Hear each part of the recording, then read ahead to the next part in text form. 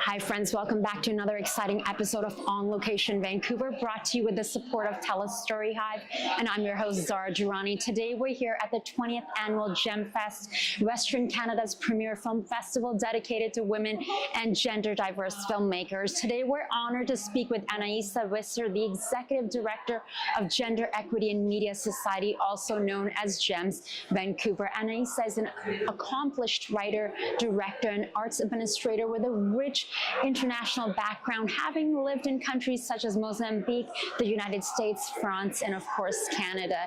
Her commitment to inclusivity is evident through her founding of Women and Gender Diverse Filmmakers of BC, a network uniting women, genderqueer, trans, and non-binary individuals in film. Today we'll explore her journey, the mission of Gemfest, and the exciting events lined up for this year's festival. Folks, I'm so excited to have with us Anaïsa Visser. It's been a very, very busy week for you, and we're just able to squeeze in a little bit of time last minute because I wanted to make sure that we got some words of wisdom for her, for a lot of inspiring filmmakers, local filmmakers. Yes, the festival has been around for 20 years. It's really awesome. I think the first time I came to this festival was probably about a decade ago when I was first in film school. And I remember just being so inspired and so in awe of the people who were running it and of the people who were attending it and the filmmakers, and just the energy that we felt here, the sort of exchange of just like, I don't know, it was just so genuine and so inspiring. So, you know, to be working here now is such an honor and a privilege. And it's phenomenal. That's amazing. Yeah. And I'm just going to say this, just before we started rolling, we were talking about our heritage, and I have to tell you, especially here on the West Coast, I don't get to meet many folks of Pakistani origin in working in film and television. I know in Toronto there's like a lot, and you're half Pakistani. Yeah. Salam alaikum. Yeah. You're like, I don't know what that means. No, I do. You do. Okay. Yeah. So my dad's family is Pakistani, but we are, I'm fourth generation Mozambican. So they emigrated to Mozambique, to Africa in the early 1900s. So I still have a lot of family in Karachi, but they're mostly in Africa at this point and have been for generations. That's really cool. I love that. Well, we'll have to sit down and dig deep into that. So your background is quite diverse, having lived in France, as we were speaking, the US, obviously Canada and Mozambique. How do you feel that those experiences have shaped your journey into filmmaking and now your role, you know, with Gemfest? Yeah, I think I've been very privileged to just have a very compassionate eye for other people's stories, and a very open heart and open sense of wanting to just welcome everyone to a festival like GEMS or Gemfest. The fact that we have equity in our name as well, as of 2 years ago we had a name change, and so to me it is about the equity. It's about the ability to bring together people. It's about the ability to build community, and to just be like a family of diverse and multicultural and just different stories and different storytellers and filmmakers coming together.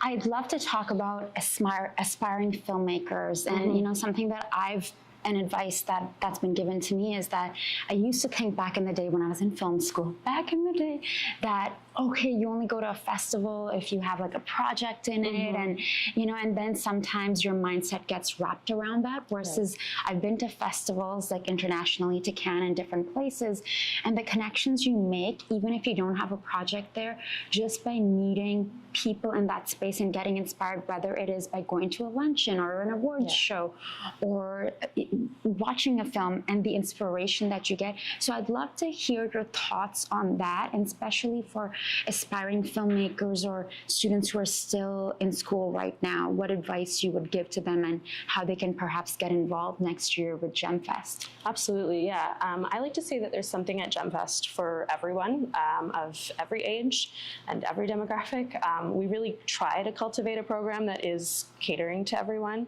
And I think we also offer a lot of free events, and that's in part because we know that there are people who are facing barriers financially, be they students or seniors lives, or people with disabilities, or people from underrepresented or marginalized communities.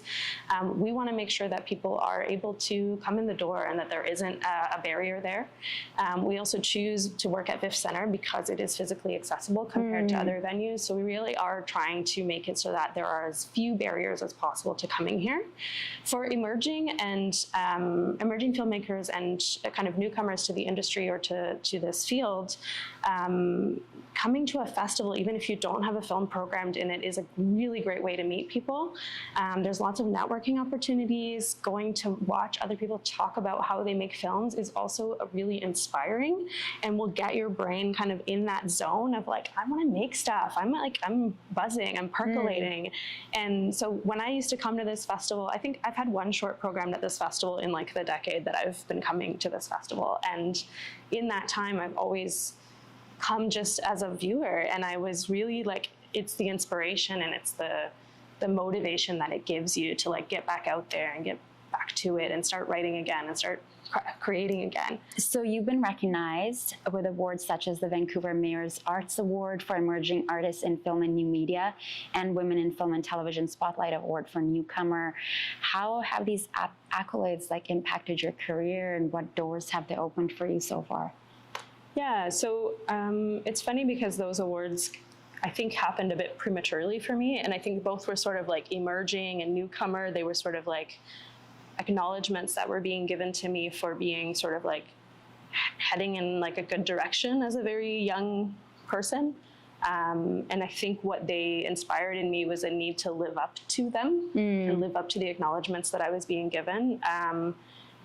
And Women in Film and Television became GEMS. So it was, at the time, I didn't know that I was going to be running the organization. I couldn't have imagined that. But that award actually really inspired in me a desire to be an advocate in gender equity and really stand up, you know, in advocacy and work in community building towards, I guess, just kind of like creating a sense of siblinghood among women and gender diverse folks, and to reduce that sense of competition of like, it's me or her or me or them, and create an environment where we feel that we can all rise together. And I started to do that work with community building. And then Women in Film at the time tapped me to join the board. And that's how I then became the executive director. So that award directly led to me running this organization and this festival. So today is International Women's Day. Very true. Yes, March 8th. And it's Happy International Women's Day. Yes, and to you as well. How are you feeling? Like, you know, the festival, of course, now renamed to Gemfest, but to be here as a female, like, I think it's pretty amazing. And I woke up this morning 6 a.m. doing an interview at 8 a.m. and I was like, this is such a great feeling. Yeah, I think it's honestly, it's an amazing feeling to be celebrating with everyone on International Women's Day. I'm excited to get some awards out there, to get some celebrating done. I also think that there's something about sisterhood. There's something that like just, I don't know, I feel warm. I feel warm. I feel warm every day that I'm surrounded by women and gender diverse people and community. But yeah, there's something about this place and this festival and this community that just gives me that extra bit of warmth and like joy that I get to celebrate today. That's amazing. And then we have this evening's event happening. Yes. So could you provide any insights into the significance of these events, as well as the awards show and attendees, and also the because I'm sure when you're thinking of how, of course, when you were recognized and now you get to recognize others' work, and how that's going to impact their lives. Like, how does that sit with you? And especially, I feel like on March 8th. I'm hoping that it makes a difference to folks, and I'm hoping that this is a moment that is going to help just topple a few dominoes down the line of their lives, you know, and hopefully sit with them over time and help not just their careers, but just in themselves, right? So as the executive director, what are your aspirations personally for the future of Gemfest, and also yourself as a filmmaker? Are there any new initiatives or expansions on the horizon that you're able to speak to that can support women and gender diverse individuals in film? Yeah, we do have a few things down the pipeline. So we're revamping our membership program at GEMS. So in addition to a festival, we also have talent labs. We run a couple of different things. We have an emerging TV producers program, which is coming back this year for the 4th iteration. Okay. Is that fiction or nonfiction? That's for fiction. That's for narrative TV pilots. And what it does is it takes up to 10 producers. It will be 10 this year. 10 producers that are ready with like a TV pilot, and they want to learn to produce. It's very business. It's very like, you want to work as a boss lady or a boss person, and you want to take your TV pilot to the narrative scene in Canada. It does have to be producible in Canada, so you kind of want something that's like not Game of Thrones, but maybe is more like Schitt's Creek, or something that's kind of like Canadian budget size. But as long as your pilot is written and it doesn't have to be your own writing either. You just need permission from the writer to take it through the program. So it's a really awesome program. It's our 4th year, I believe. 4th year, yeah. CMF has greenlit it, and it's our 1st year including Yukon and Alberta. Wow. So we're bringing in 2 other provinces, which is part of... It's a big deal. Yeah, which is part of my sort of like secret master plan to try and get some GEMS initiatives expanding into other provinces. And so we're starting with some neighboring provinces where I think they're a little bit underserved with some of our film and TV initiatives. So that program's coming up. Our genre film lab is underway, which is coming back for its 11th edition, which is really awesome. And then we're also, as I was saying, our membership program is being revamped as we speak, and we're bringing back our producer's workbook for a 6th edition. So we've got a lot of things on this on the horizon that are coming back. Yeah, we've got lots. We're really grateful to Anaïsa for sharing her insights with us and the impactful work that is being done through Gemfest. Until next time, I'm your host, Zara Durrani, and I'll catch you on Location Vancouver, brought to you with the support of TELUS StoryHive.